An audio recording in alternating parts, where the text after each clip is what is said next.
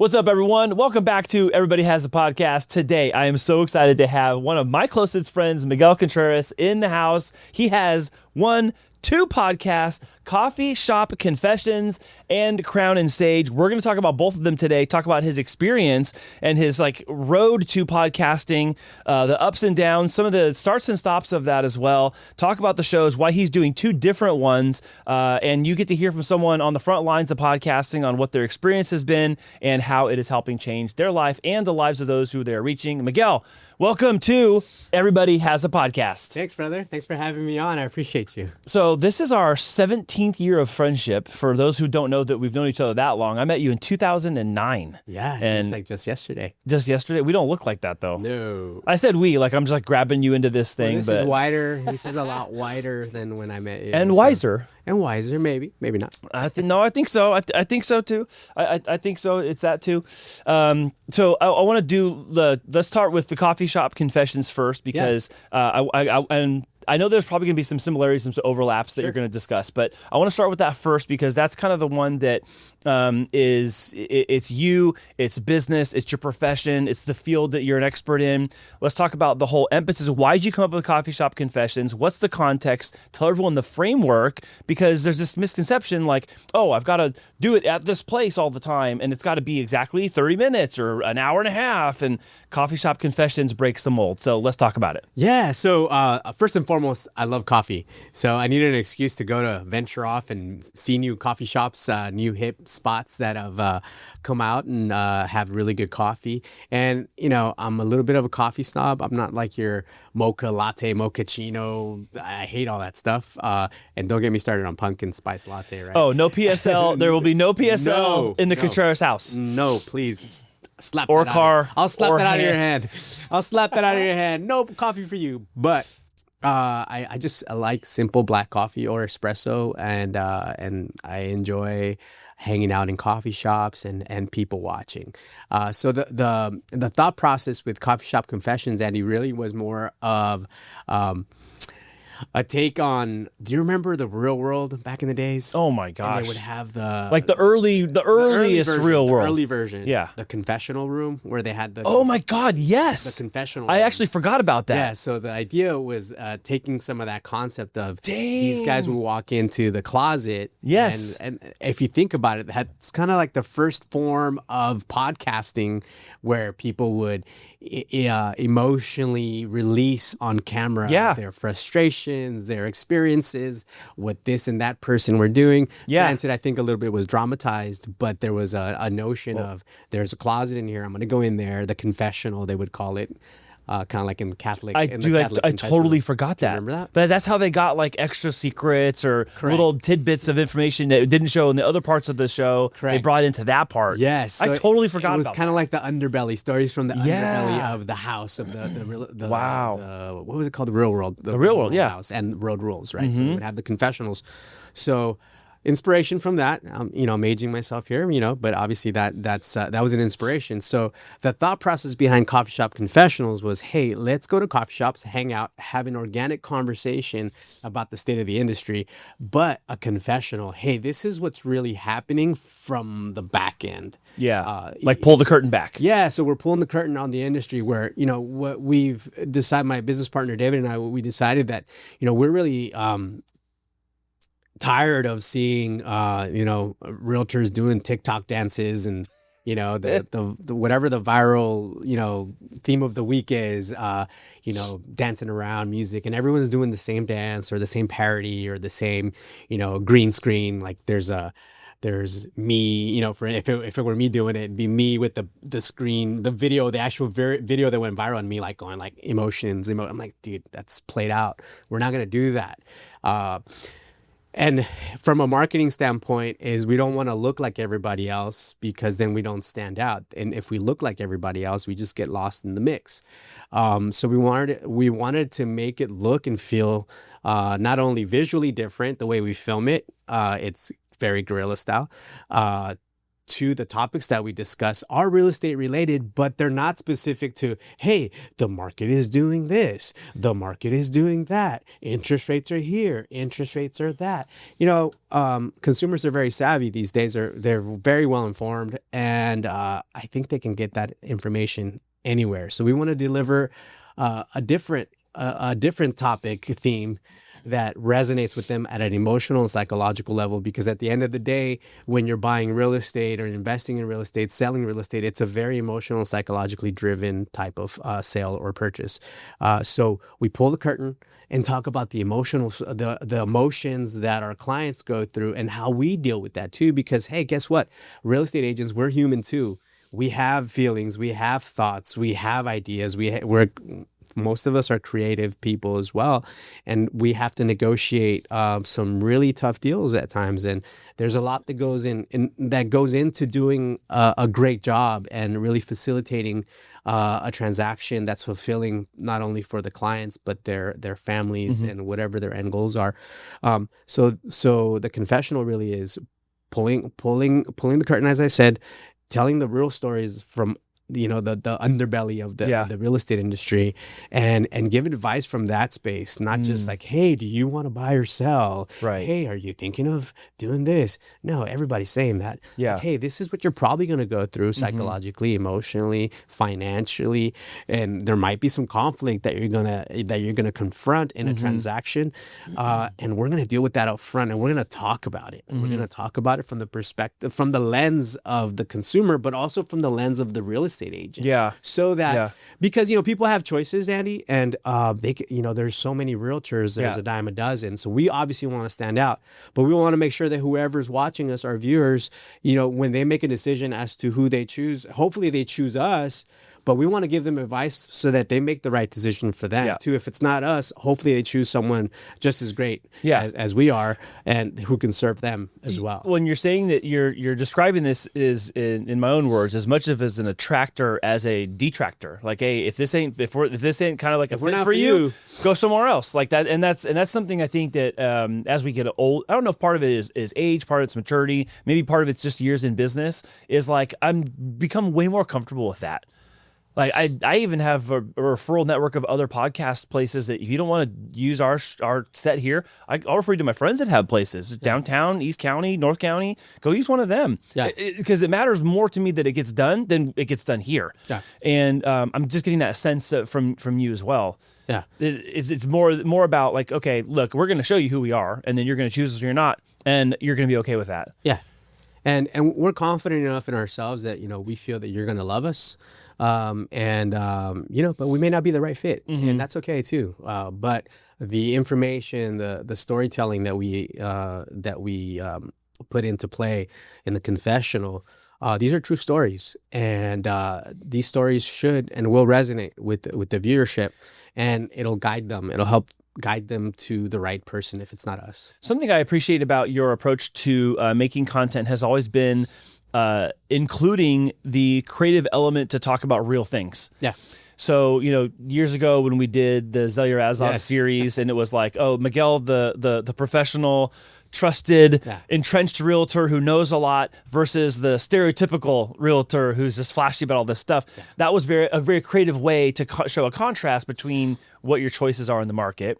And then now in this method that you and David are doing, you're essentially talking about like insider information. It's like inside baseball about real estate. Yeah. At the same time that you're citing like case study material that could be a blog about the most recent sale, listing, or a troubled escrow, and you're delivering it in this like black and white, vertical, semi-short, not even mid-form really content, and it's brilliant. Thank you. I appreciate that. It's very experimental. We're experimenting and we're taking that approach. But you're not afraid of that. No, we're not. And the reason we're not afraid of that is because we're really leaning into storytelling.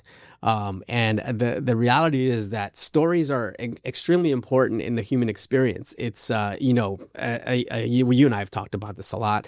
The human, species is coded for story. Our initial knowledge was all about storytelling. If you see the old ancient cave paintings throughout the world, those are really stories cast on a stone. And we have a very strong oral tradition. Before we could write as a species and write in books and publish and print them, we told stories. We gathered around the fire, told stories that would educate the tribe for survival purposes, for growth purposes, enhancement purposes. So we're really leaning into what's important for us as humans, is stories that lead to community. And community really is what our driving force is. But we're going to reinforce our community by telling phenomenal, true stories. Yeah. No, I really like that. What is something, it might be too early, but I'm going to ask anyways. Let's see what happens here. What is something that has already surprised you coming out of starting this new series that maybe it was an unintended positive outcome, or already like feedback that you weren't sure when you'd get it, but you already got? Like, what's something that maybe has already come back at you feedback-wise or input-wise that you were like surprised by?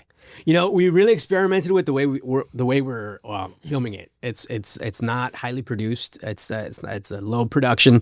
We took what's his name? Robert Rodriguez approach. I'm inspired by Robert Rodriguez, the director, particularly because his come up in Hollywood was El Mariachi was the movie. I think he filmed it for $7,000. I read somewhere that he donated blood and plasma to gather enough money to make this movie, which if you see it, you're like, oh my God, the special effects are kind of, quirky, but the film itself was so good. So part of the mindset that's gone into it is, hey, we don't have to spend a ton of money to make something really high quality when it comes to the storytelling part of it. So the way that we filmed it has resonated with people. Hey, it looks different. Why are you? And the questions are coming up to us. Why are you filming it that way? Why is it in black and white? Why is it like this? Why are you at a coffee shop? So it's sparking conversation that eventually leads to conversations about life, conversations about marriage, conversations about business. And we have more engagement because of those initial conversations of, hey, man, I saw your post about this, and this, but it was black and white. It was kind of cool. I love the way you guys did that. And then we're like, shit, man, we're just experimenting. But I'm a creative cat, and I like to take risks when it comes to creativity. So I'm like, you know what? Not everybody has to love it, but I have an idea. I think it's going to be good. And, I often say that you don't have to be a great content creator, but you could be a great content curator.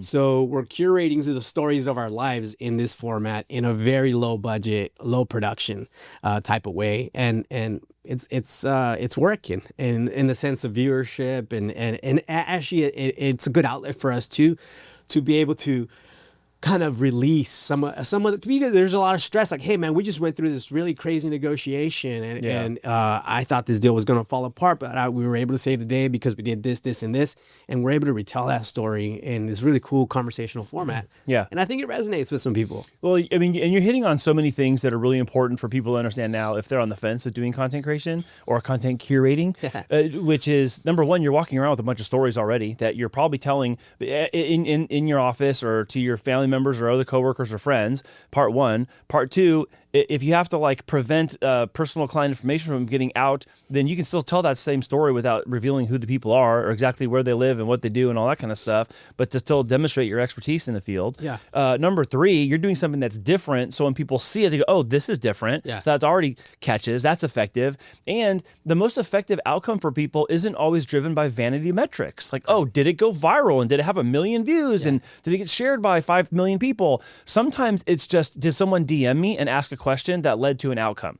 And more nowadays than having since started this whole journey in podcasting, that's actually tilting towards creators their measurements. Like, we'll look at numbers, but then what do they mean? Like, what's converting? Who's coming to us because of this? What are they asking? And then being a surveyor of the feedback you're getting. And don't just let the feedback be onesie, twosie, threesie people. Like, okay, no, rest in that. What are they actually telling you, and what are they asking for from you? Here's a funny thing too. I think people get really caught up in the likes. So as far as how many likes did this post get, or this video, or how many thumbs up, or how many views, and they're missing the point. I think if you tell great stories from the heart, where they're meaningful, true stories that can display in some way, shape, or form a human engagement.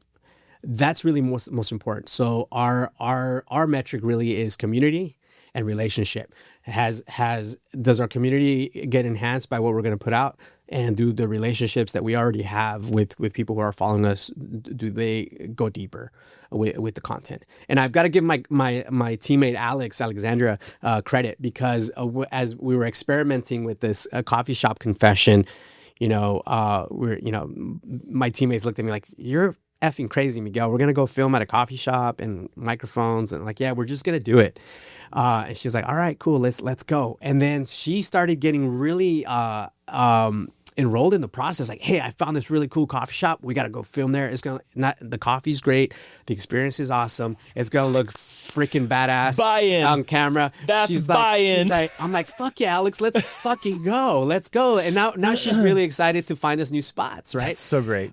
And then we were kind of pivoting, and we just recently did one at a studio, at a podcast studio, just to see what it would look like. And she's like, "Guys, I'm gonna be really honest with you guys. You guys both had your customer service voice on, and not your true not your true voice. Your true voice didn't come out." And I was like, "You know what, Alex? You're 100% right. You're 100% right." And right now, more than ever, because of the way society is, that customer service, corporate voice, like, "Hey, real estate's this," versus, "Man, I had a really tough day today," kind of vibe. You know what I'm saying?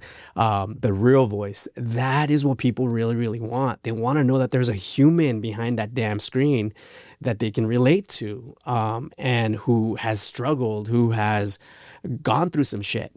And I oftentimes in our industry, we're so concerned as a whole, and this is a general blanket term, and there's exceptions obviously, but as an industry, specifically on the residential side, we're so concerned with being like so flashy and so like put together, and having the best car, and whatever, the best viral dance video, and I just think we're at a stage in our, or an like epoch, an era in our world right now, where people don't want that anymore. They'll see it, they'll laugh, but it's more of a caricature now, and people really resonate with truth. Yeah, there's like 9 things I want to like talk about right now, because it just came up because of that. Number one, I want to comment, and I want to go back to the point that you made about the environment. And the environment matters. Like, you need to be in a place where you're going to be yourself, and you're going to be authentic, and you be comfortable. And sometimes you go to a place and that changes you. Yeah. But you got to take note of that. Like, you use the word take inventory a lot, or that phrase take inventory a lot, and I love it. And I've started using it a lot more these days. But you got to take inventory of that and be, why am I doing this? Why am I actually behaving this way in this place? Is this like preconceived notion that I'm supposed to behave a certain way in this place versus that place? And also, when it comes to making content, go make it in the place that you'll actually make it at. Like, if you know you'll make it at this place and you won't at there, then set yourself up for success. There's no reason why you should take the hard route when you have the one that will actually get completed and done. Yeah. That's the first thing. Number one. the first thing. Second thing is, you mentioned like people looking at likes, and it's like, oh, it's just, I do this for the likes and whatever. But if that's not your career, or that's not something that if you're just doing it to get attention, there's nothing connected to how you're actually serving people and helping people, it may not be worth doing at all. Yeah. Do you remember the ice bucket challenge? Yeah. Do you remember what caused the ice bucket challenge was supporting? Well, what caused it? Shit. Was it? It's not to stump you. It's the question was the point. I don't remember what the challenge was for, but I remember the ice bucket challenge. Right. So let's stop there. Yeah. The ice bucket challenge. What did people do? They got really cold, cold water with ice, threw it on their heads. Right. And then they challenged someone else to do it. And then what'd that person do? The same thing. And for charity, but I don't remember what charity. There's a lesson in this right now. There's a super big lesson in this for everybody right now. It was Lou Gehrig's disease. Lou Gehrig's, yes. You're right. And I only know that because I've had this conversation with people years ago, and it's coming back again. It's like boomeranging back again, where we do these things where we think we're participating to help, but we're actually doing nothing but busying ourselves with nonsense. Yeah. And it's not that you can't do the ice bucket challenge. Like, yeah, that's fun, but clicking the like button and clicking the donate button is not the same thing. And people think, oh, I clicked like, I clicked share, I challenged Miguel to do it, so I did my part in helping raise money to serve this cause. And actually, you didn't at all, because the ratio of participants to money earned or money raised was so skewed that now it's become like this like marketing and PR case study of effectiveness of one thing doesn't necessarily mean effectiveness of another. That reminds me of a marketing class, a lesson from a marketing class ages ago. They talked about when the prize is greater than the product. Right. And the case study, I'm gonna mess it up, but it was about a detergent company in India. Who two rival detergent companies, and they would give away with their product, they would give away like a little bucket or some little toy or what have you, and the CEO of the one company, his mother, who was living at home and would do the laundry, bought the competing detergent product. No. And he's like, why the heck would you buy that product if I'm the CEO of this? And she's like, oh, because they were giving away this prize. and you were giving a prize that I already had. So that's crazy. The campaign was more about the prize and not the product, right? So oh my gosh, like the McDonald's Happy Meal, I guess, right? Absolutely. You buy it for the toy. Yeah, and what happens often, and it reminds me of an acting class I took. And I did take acting. I was a theater guy, and I took acting for commercials ages ago.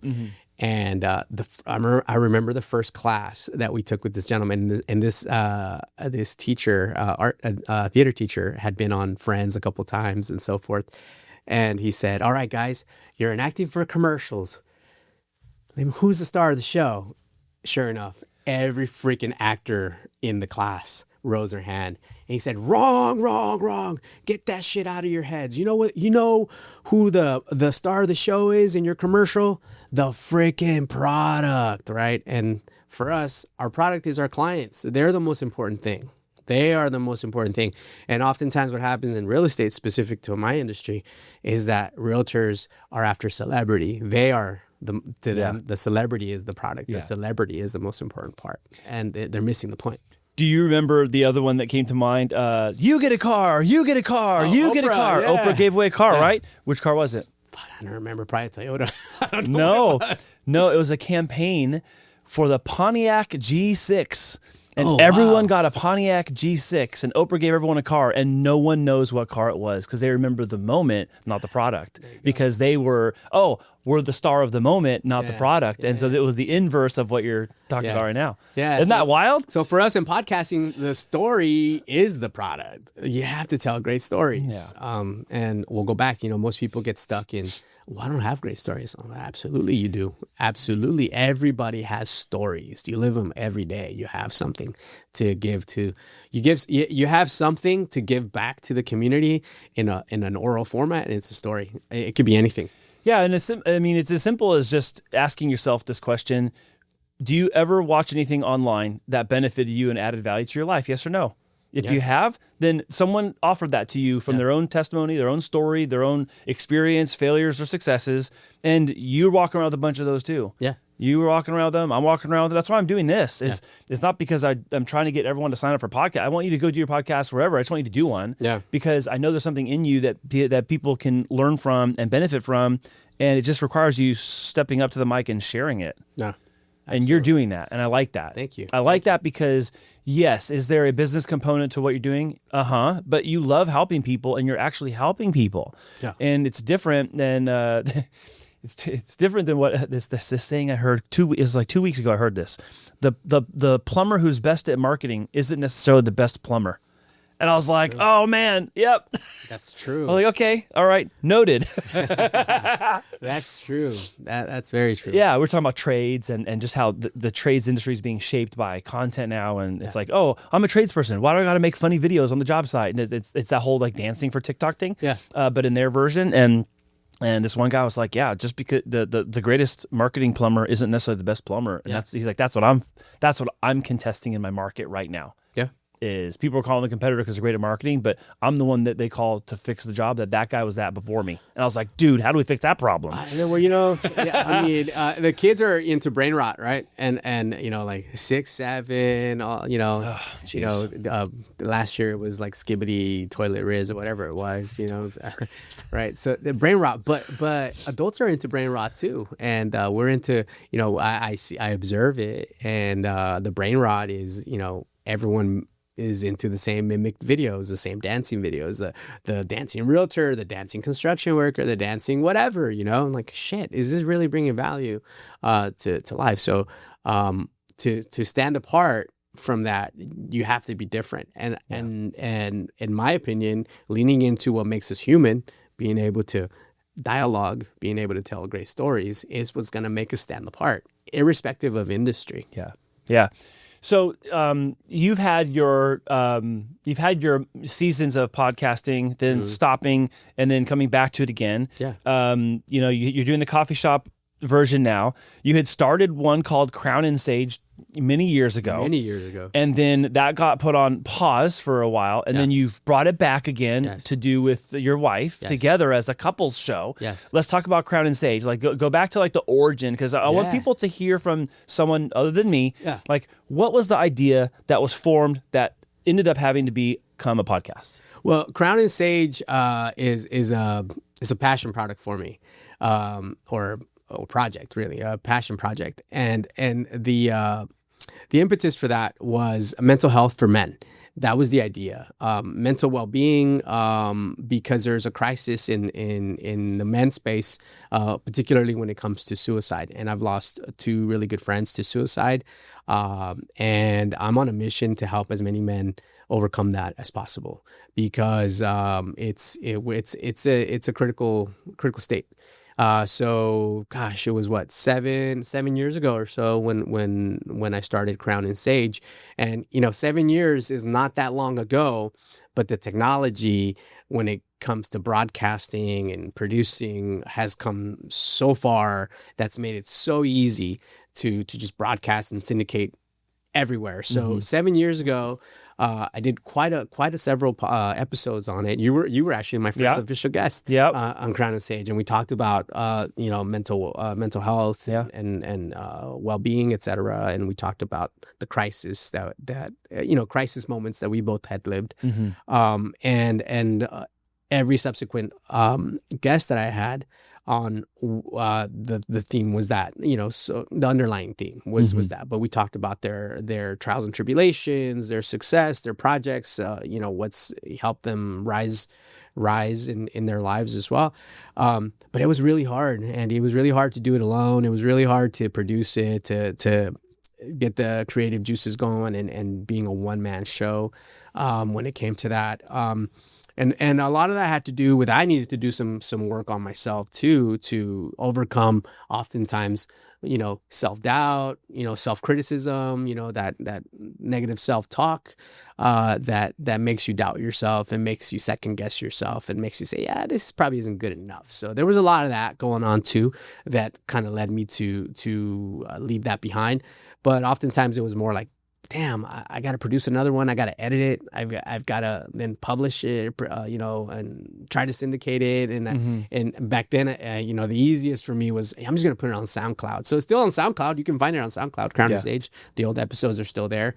And then I had a moment about a year and a half ago now, and I'm like, I want to bring it back. I'm on a mission to help as many people as I can. Particularly, as I said, my running theme is I want to help men. And within that same vein, I got to help men save their marriages. I got to help men elevate their marriages, because marriage is hard. Marriage is one of the most joyful things I've ever done, and it's been one of the most challenging things I've ever done. But it's a worthy endeavor. It's only made me better as a person, as a man, to be married. And I want to help as many married couples who are struggling, be it heterosexual, homosexual couples, whoever's committed to another person, another being, to be in marriage, I want to help them, because it's going to be a struggle. It just is. And part of that has to deal with rom-coms, Hollywood telling us that, hey, marriage is only this way. You're gonna have one struggle, and then you'll be happy. You'll live happily ever after. Yeah. And oh my God, it's not that. Andy, Right. you've been married. The fight you had 2 minutes ago is going to be over 2 minutes from now, and it'll never happen again, kind of deal. Yeah. But there's running themes. There's running themes in marriages, right? Yeah. There's themes of struggle, themes of conflict. Well, sure. The problem with marriage is there's people involved. There's humans involved, There's right? people involved. Right. So we got to help people individually and then as a couple too, collectively. Yeah. So I thought, what better way to do that than to bring my wife on board where we can share stories of our marriage, of struggle, not just success. Yeah, we're going to highlight some of the, the more positive, mountaintops, the more positive moment. But in order to get to the mountaintop, you got to climb that. You got to climb that mother. You know what I'm saying? Yeah. So, so I thought I'm going to enroll my wife into this because she's been a really important part of my life. And I know I've been an important part of her life. And we've just committed to dealing with shit, and our running theme in our household is own your shit, like own it, share it, and let's work on it together. Well, not everybody's comfortable with that. And so that's the reason I wanted to bring this up is because, you're operating in a space where off camera, you have to be very confident about doing this on camera and sharing some of these things and being vulnerable publicly with the possibility of scrutiny in the comments. And then you can either, read them or not read them, right? Delete them or keep them. That was a big barrier to doing it, was the criticism part. But then I had an epiphany and I thought, well, shit, they're going to criticize me anyways. Well, yeah. The funny thing about offline is that we're walking around in public. People are silently judging us anyways. Oh, that guy wears his hat backwards. He's in a black shirt every day. Oh, he's bald, whatever. They're silently thinking those things anyways. Look, I'm not saying I'm, like sky is falling. I'm always looking things pessimistically, but come on, dude, be real. Like, people are going to silently judge you, and every once in a while, one of those is going to leak out their mouth, and they're going to say it to your face. But online, they might say it a little more easily. Yeah. So I think people are too concerned with things being perfect, things being, just always just the best. And I think perfect is the enemy of done. Mm-hmm. A lot of us here on Earth have a mission to leave, leave a dent in the universe, right? Mm-hmm. But you don't have to be a Steve Jobs, or an Elon Musk and have these grandiose projects. Good for them, but that's their task. Right. That's not my task. My task is different. Yeah, my task, my leaving a dent in the universe could be as simple and as great, because it is great, to raise up really good children, to be a really good father for them, to be a really good husband, to be a really good friend to my people. Well, sometimes we fly past all those things that we're supposed to do to try to go and attain the thing that we're striving for. Yeah. And it's like we breeze past or work around all this, I don't do the work over here. I want to go right around to this big thing I'm going to be well known for and notable for. And then you totally squander years or decades of your life doing the most important work. Well, see, I'll give you an example. The other day I was in jiu-jitsu in a class, and one of my teammates on the mats, I hadn't seen him. He hadn't trained. He was being banged up a little bit. And he came up to me and he's like, "Hey, man, thank you so much, man, for the stuff you're putting out, man. I listen to it, man. It moves me. Thank you for putting it out, man. And man, that just melted my heart."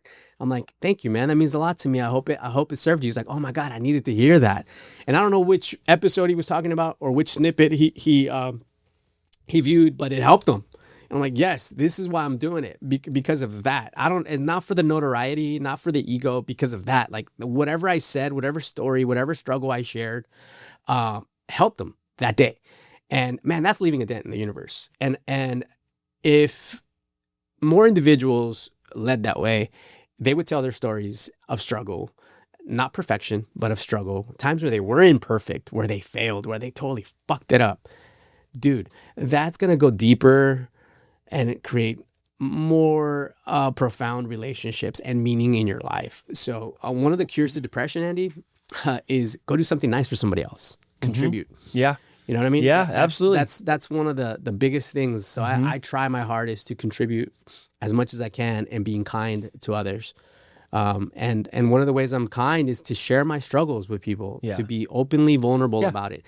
Granted, I'm wise enough to know I can't be vulnerable with everybody, and everybody's safe. Sure. You got to pick your moments. Yeah. But I also don't have to be guarded all the time. But you know which things you're willing to let fly, and which ones you're like, no, that's not for anybody else. Like there's things about that between me and Jen that in our marriage we've had to work on. That we're like, no, that's us to work on. That's other people. That's not going to help in general. Yeah. So let's talk about these things that will help them. But that's ours. Yeah. And sometimes that's just the way it has to be. Yeah. And it's the same way as a listener or a viewer too. I know I'm getting the story you're telling me because I respect that there's probably some elements that maybe you don't want to talk about. Yeah. Maybe it brings up some things that is too harmful to talk about or are going to take you down another route that's not going to be good for you to continue sharing, or it's just private and it's okay.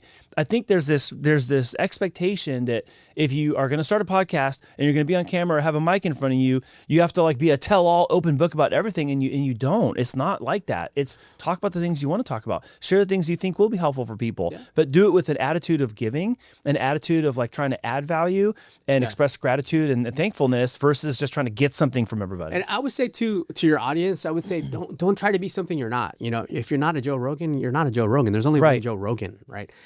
If you're not, whatever, don't try to mimic somebody else and copy someone else's podcast and format to make it look inauthentic, because people on the other side of the screen, when they're viewing you, they're going to be able to tell this is fake. And people don't like fake, man. They really like authenticity. So I would say if you're going to start a podcast and you're struggling with themes, you're struggling with the concept for your podcast, I would say lean into your curiosity. What are you curious about? Like, what makes you go, ha? What makes you laugh? What makes you smile? What makes you cry? Those are the themes. Those are the concepts that you should lean into for your podcast. Whatever makes you cry, whatever makes you angry, whatever makes you smile and laugh, those are the most important things in life, right? Now, granted, there's a lot of angry content out there already, too much. So I would say lean into what makes you cry and what makes you laugh. What brings joy to your life? What are you curious about? What books, what movies, what themes are so ecstatic for you that you're, I love that. What can you geek out on? Like, what do you geek out on? That's good. Right? Like, like we all geek out about something. It could be something like, you know, like you have all these, like, it's funny, my daughters follow all these like nail girls. I'm like, they geek out on nails. I'm like, and they're, they have a following, but they tell really cool stories about nails. Who would have thought? Yeah. Right. So that would be my one advice for everybody. And I have to remind myself of that too, all of the time. Like, what am I curious about? And then like, I'm going to lean into that. And it makes it easier to actually get in front of the camera and just tell the story. Was it difficult for you to like reshape the original Crown and Sage into what it is now, or I'm asking it because you talk like it was kind of a natural progression, but there was a gap in between where you started and where it is today. Talk about that a little bit. Yeah, so there was a gap, and part of it was like, man, I have to be this perfect man. I have to be this perfect, orator and interviewer. I have to, ask. I am committed to asking great questions. That makes for a better conversation. Am I going to mess it up? Yeah.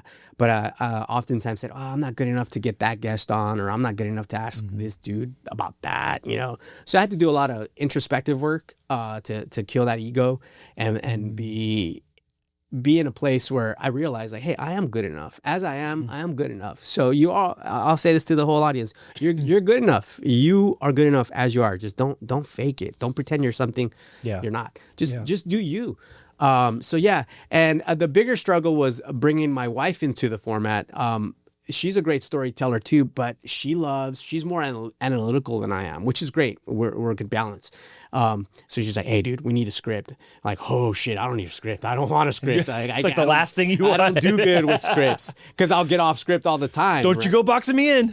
Don't box me in. I got to improvise this. I mean, I have an, I work, you've seen me work. Andy. Yeah, I know. So I have an outline, but conversations are so organic and I want them to feel and be natural, because that's what's really more profound. They take on a life of their own. Right. So like this one has. Yeah, exactly. Right. But so the bigger struggle initially was she was like, hey, dude, we need a script. We need to stay on topic. I'm like, no, we're going to stay on topic. I know how to do this, yada, yada. I could do this. I could stay on topic. So working within the confines of a semi script, for her, for me being on script, I don't like reading, in front of camera or when I'm presenting. And she doesn't either, but there's a tendency if you have a script to try to like look at it and like read off of it. So for me, that was a struggle. And I know for her, I was driving her crazy. Like, dude, you're off script. You're like going off on this tangent. I'm like, yeah, but the conversation took us there.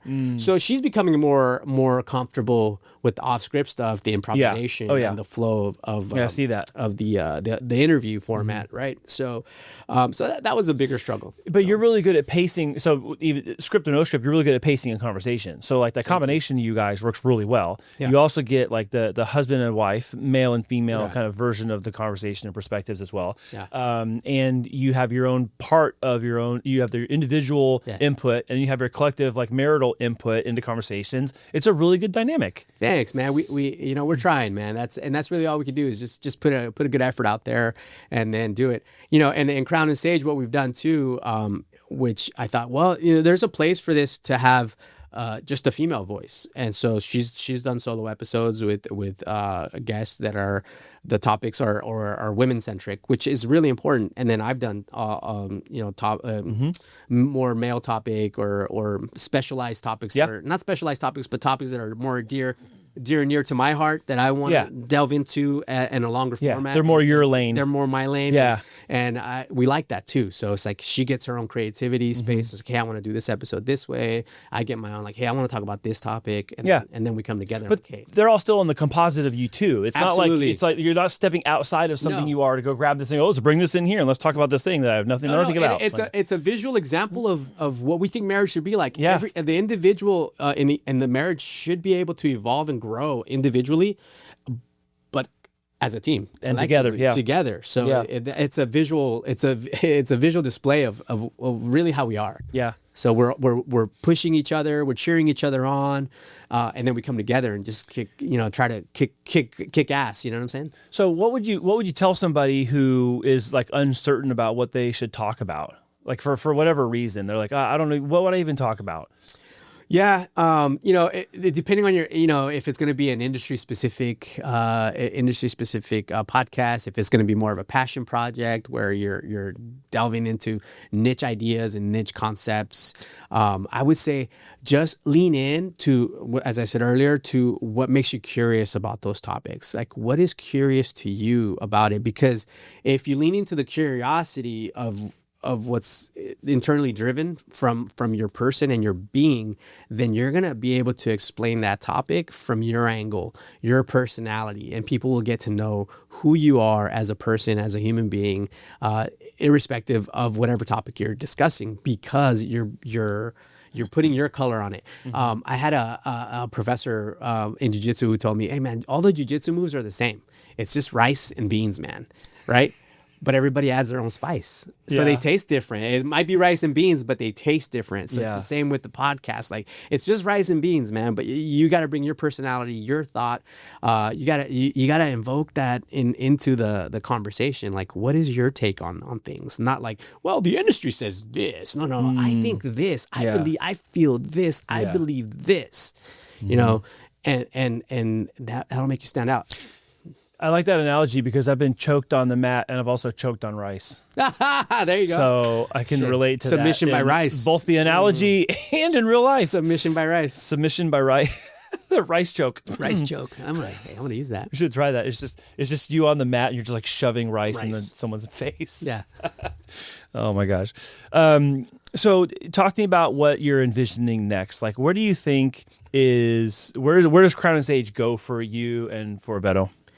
We're going to go a deep dive into a lot of topics that I don't want to say, I use the word risque, but there might be a little bit of taboo to talk about or shame for people to discuss. It's funny. We've had a lot of dinners, dinner parties, gone out with different couples and who have listened to our podcast. And the one resounding theme that we're getting is, can you guys do an episode or a series on intimacy? And I believe that a lot of couples, particularly couples who have been married for multiple years, one of the bigger struggles is intimacy. And I'm not just talking about eroticism or sexuality, but true intimacy in a relationship, communication. So we're going to dive into that. We're going to lean into that a little bit more. And we're right now we're in search of the appropriate guests who can really shine a light on that struggle in marriage, because it's a thing, man. There's a thing there. And it's walking around and people aren't talking about it. No one's talking about sure it happening. Because there's shame. There's there's this belief that, I'll say there's this belief like it shouldn't be like this. It shouldn't. Why are we at year 10 or year 15 or year 20 and like we can't talk about these things or figure this out or feel like we're going around the mountain another time? And legitimately, sometimes things just haven't changed. Yeah. Like as a husband who sometimes hasn't changed things for a very long time, I'm admitting, yes, there are some things that, we're going around the mountain one more time because I don't know how to get out of that. Yeah. And then there's also things where it's like, it's just hard to talk about without feelings getting hurt. And also. Or being embarrassed. Well, okay, once I talk to you about it, now what do we do? Yeah. I don't even know what to do. Exactly. Okay, so I told you my problem, Miguel. Now what? And you and I go, we don't, right. I don't know. You don't know either? Let's go for a walk. Yeah. So we, so I've been working a lot with men, bringing men into these men circles, fireside chats and discussion, and men being vulnerable, and it comes up, but there's still a level of embarrassment or shame that comes up that really withholds that, and I feel it's very difficult for couples to really converse in a manner that's edifying for the relationship, because we don't know how to communicate about that. We as it is, we already struggle about who's doing the dishes, who's doing this, right? Sure. And then you want to talk about intimacy and hey, I'm not getting what I need from an intimate space, and speaking it out loud in a form that the other person doesn't feel defensive and attacked, right. and or criticized. Yeah, you're not meeting me this way, right? And then, but more so in like, hey, let's help each other out here, right? So we're gonna lean into that. So that's awesome. And some of that has to do with communication. Some of it has to do with love languages, and we're gonna dive into the physical part too, which is like, holy shit, are we really gonna go there? But there's such a need in relationship right now for intimacy. I'll put it this way: there's a ton of terrible advice on the internet. Horrible. Might as well give the good advice a chance. We're trying. So we are looking for guests to host and interview who are willing to do a deep dive into those topics. I think without really like unopening that entire chest of conversation topics, I think part of what that shame thing comes from is these cultural norms we've been sold and how distant they are from the thing I'm living with every single day. Oh, we're supposed to be this way as men and supposed to be this way as women. Maybe there's a certain percentage of those that are baked into the cake, but maybe not all of them. Yeah. And then I feel that the more I feel like I'm far away from this supposed to be person, it's really gets a lot more harder for me, more difficult for me to talk about it. Yeah. And to be honest about it. Absolutely. I'll just work harder at being it, and then we don't have to talk about it at all. Good luck. Well, see, the thing is, not talking about it at all creates these little fissures. Makes it worse, in the relationship. But over time, these fissures become huge cracks, and then oftentimes these cracks sever the relationship. And then you have a husband and wife. You have spouses who are no longer really spouses; they're roommates. Oh, bro. You know what I mean? Oh, yeah, dude, done that season. Yeah, it's hard. It's hard. It's real hard, and it's discouraging. And brother, there's nothing lonelier than to be living with someone and feeling alone. I'd rather be living alone than being lonely, being in the same place and lonely. Same place, you know. That's I get it. So we're on a mission to help couples who are struggling with that. I mean, we struggled with that, sure, and we just have to work at it. Yeah, work at it. But that's the resounding theme that we're being asked to talk about. So that's what we're going to lean into in this next series. I'm so glad we kind of got here, because something that I've been seeing, and I know you're gonna go, yep, is the more digitally we've become connected, the more lonely we've become. And you have to work now at preventing loneliness and creating connection more than ever, because it's easy for everyone to just get stuck in their device, living in their own little world, being curated to the thing that they want to watch and listen and hear and laugh at or cry about or share or comment, and not have to deal with anybody else. And I think that dealing with anybody else is going to be the great new skill set, which is actually the old skill set. Well, I'm glad you brought that up, because one of the side projects of Crown on Stage is to have Crown on Stage events. Oh, wait, really? In real life. IRL. Okay, well, I'm hearing this for the first time. This is the first time I've said it out loud. Oh, shoot. Okay, cool. So we're gonna curate a few events throughout the year. Nice. The first one we're gonna have, it's more of a safety project. So okay, what do you mean? What are you talking about? We're parents and we have kids, and my son is like, I want an e-bike. we're like, oh hell no, no. So our first event that we're doing, we haven't locked down the dates, but we're gonna have an e-bike safety. Dude, that's a great idea. Community event. What a great idea. So just for parents who have questions and to bring their kids to train them on, because right now we don't see that there's an event or a space where kids can go learn the rules of the road. Can I ask you a question? Yeah. Are they allowed to ride their e-bike to your event to learn about safety? I know, right? Hey, make a choice. I know. I just gave everybody an idea for an event, right? But shit. No. I'm seeing kids with popping wheelies and on the wrong side of the road. I'm like, damn, man, I would hate for that kid to get hit. Look, you know what I care about? Just go be cool somewhere else. Yeah. Like that's fine. You're cool. Good for you. Just go be cool in a better place. But on the flip side of that coin, man, is you're seeing kids out on the street, man. Like they're outside in the world. They're playing. Outside hanging out, playing like they're supposed to, not on their like phones, we used to, not on their gaming system. So I'm going to look at it from the bright side of things. So if I could help bring some safety to the community and the kids, specifically the kids, because they do not follow the damn road rules. And they're on the wrong side of the road. They're, and for cyclists, if you're a cyclist, irrespective of if it's pedal assist or an e-bike or a traditional bike, you ride your bike the same way the traffic is going. If you know what I'm saying, like if traffic's going this way, you're going like this on the road, not like this. You're gonna get hit by a car because we're not drivers are not expecting you to come that fast. Yeah, this is one of you talking to you. This is not someone who has not cycled and talking to you. Cyclist. Yeah. Yes. So please be on the right side of the road. Oh my gosh, I can't believe we're talking about these things, but we are. But also, you know what this is the old man. The old man's coming out, Miguel. We're in this new season. Get off my lawn. You know what? I'm not like get off my lawn. I'm like get on my lawn, but the right way.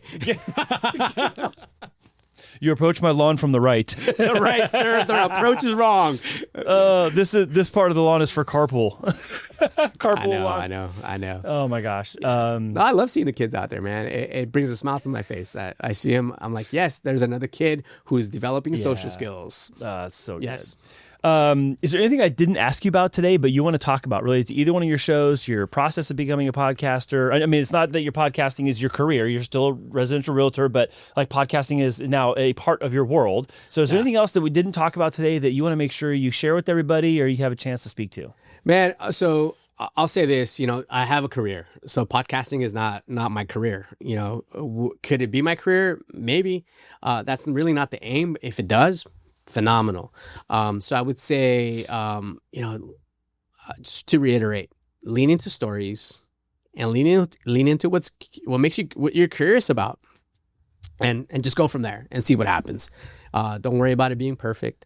Don't worry about it being like looking like everybody else. Do you? That's really all. At the end of the day, that's the advice I give everybody who comes up to me, especially in the industry too, when I coach other agents, I'll tell them, hey, do you. Like, do you. Just because something worked for me doesn't mean it's going to work for you. Yeah. So find out what's good for you and lean into that. So, awesome. Yeah. And tell everyone where they can find your show. We'll put the description, we'll put the contact information in the description box, but tell everyone where you want to be found online. Yeah, so Instagram is probably the easiest. So Crown on Stage Pod on Instagram, that's the easiest. And we have a link tree there as well. My personal Instagram is Miguelito Migs. I have my link tree there. You can find all my websites, all the stuff on there, all the good stuff on there. And we'll post more information about the community events that are coming up. Our goal really is at the bare minimum to do 2 events a year. I'm pushing my wife. I'm like, let's do let's do 3 to 4, maybe 1 a quarter. She's like, you're crazy. But I'm a little crazy. So lean into crazy a little bit.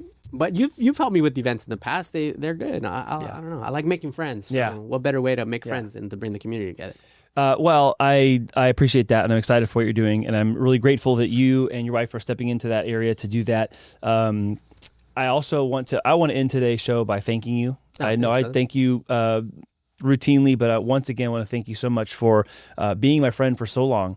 Part one. Part two, when my life took a crazy turn at the end of 2017, man, you were there to pick me up out of the valley and be like, hey, I need your creativity and your work over here. Come and help me. And you put me in a right track, which eventually, after the course of the last several years, has led here. Awesome. So as much as you may not want to accept any credit for that, it was one of those like forks in the road of my life where everything was going that way, and you were there and you're like, hey, come over here, help me with this thing.